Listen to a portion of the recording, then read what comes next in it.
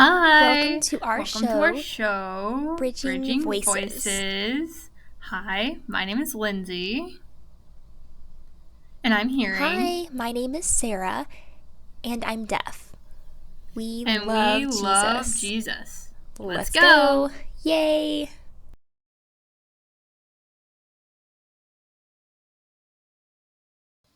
Hi, Hello, welcome welcome back to back our to our show, show, Bridging Bridging Voices. Voices. Thank you for coming back and watching our show. Yeah, I'm okay. excited. So, today we are going to discuss how we are called to be in the world, but not of it.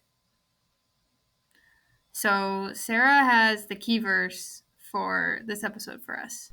Yeah, okay. So let's start with Romans chapter 12, verse 2, okay?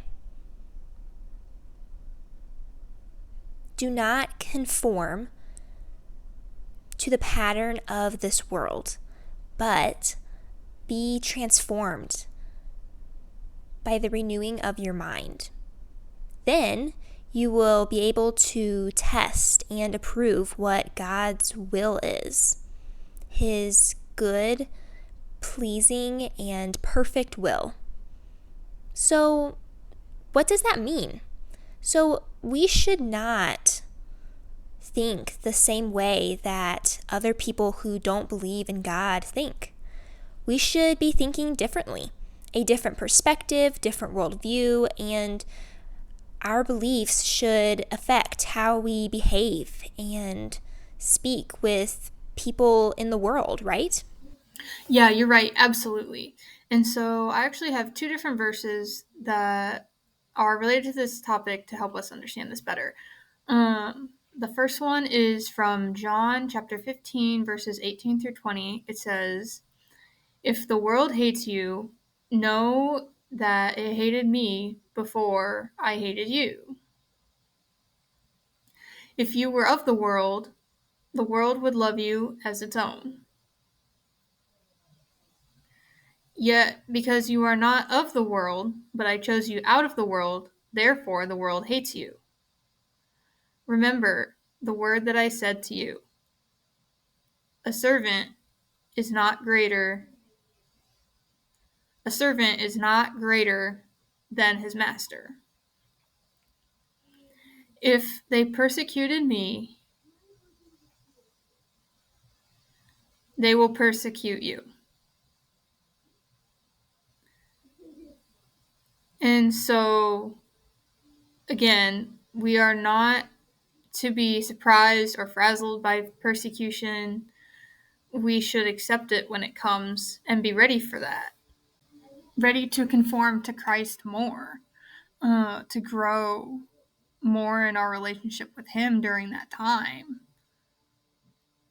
And it'll be hard, yes. Persecution is not easy, but we should be willing to sacrifice and be willing to be persecuted instead of gaining worldly happiness. It's brief, Real happiness doesn't belong to the world. It's temporary and it fades away. it's unattainable, dust in the wind.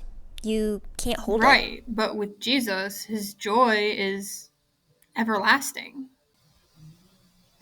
So that was the first verse. The second one is John chapter 18, verses 14 to 17. It says, "I have given them your word, and the word has hated them because they are not of the world, just as I am not of the world. I do not pray that you should take them out of this world, but that you should keep them from the evil one. They are not of the world, just as I am not of the world." Now, verse 17, it says, and this is my favorite part. This is Jesus praying to the Father. He says, "Sanctify them by your truth. Your word, the word of God, is truth." And so, again, our lives should not match the world.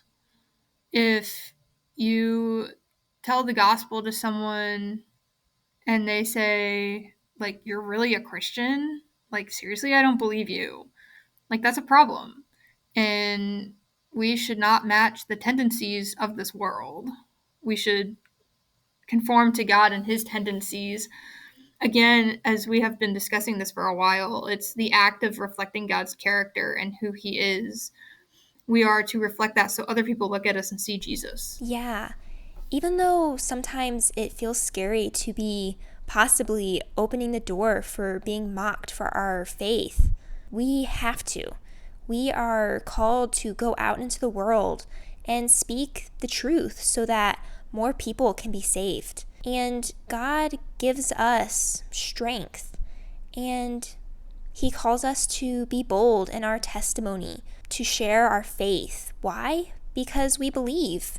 And Jesus did not always stay in a safe zone with the disciples that believed the same.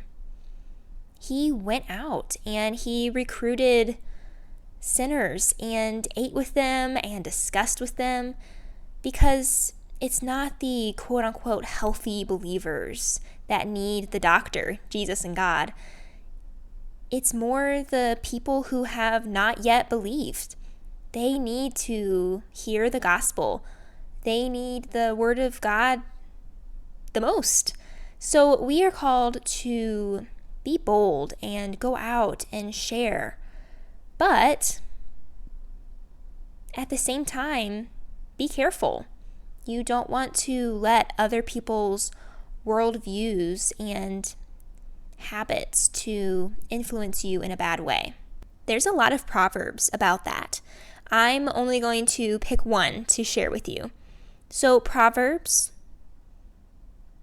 chapter 13, verse 20.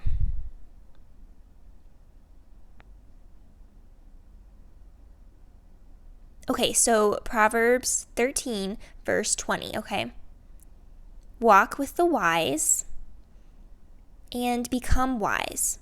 So you want people around you that believe and lift you up and encourage your faith. You want that most of the time. But if you hang out with fools, then you may become a fool yourself. So be careful who you spend a lot of time with. Right. So thank you so much. If you have any comments or questions, type it down below, and we will do our best to answer you eventually. Yep. Go ahead and like, share, subscribe, ring the bell, follow on Instagram, follow on Facebook, TikTok, right? TikTok. We have TikTok. TikTok. Okay. So you can follow us there as well. We'll see you next time. Okay, bye. Bye. Love Love you. you.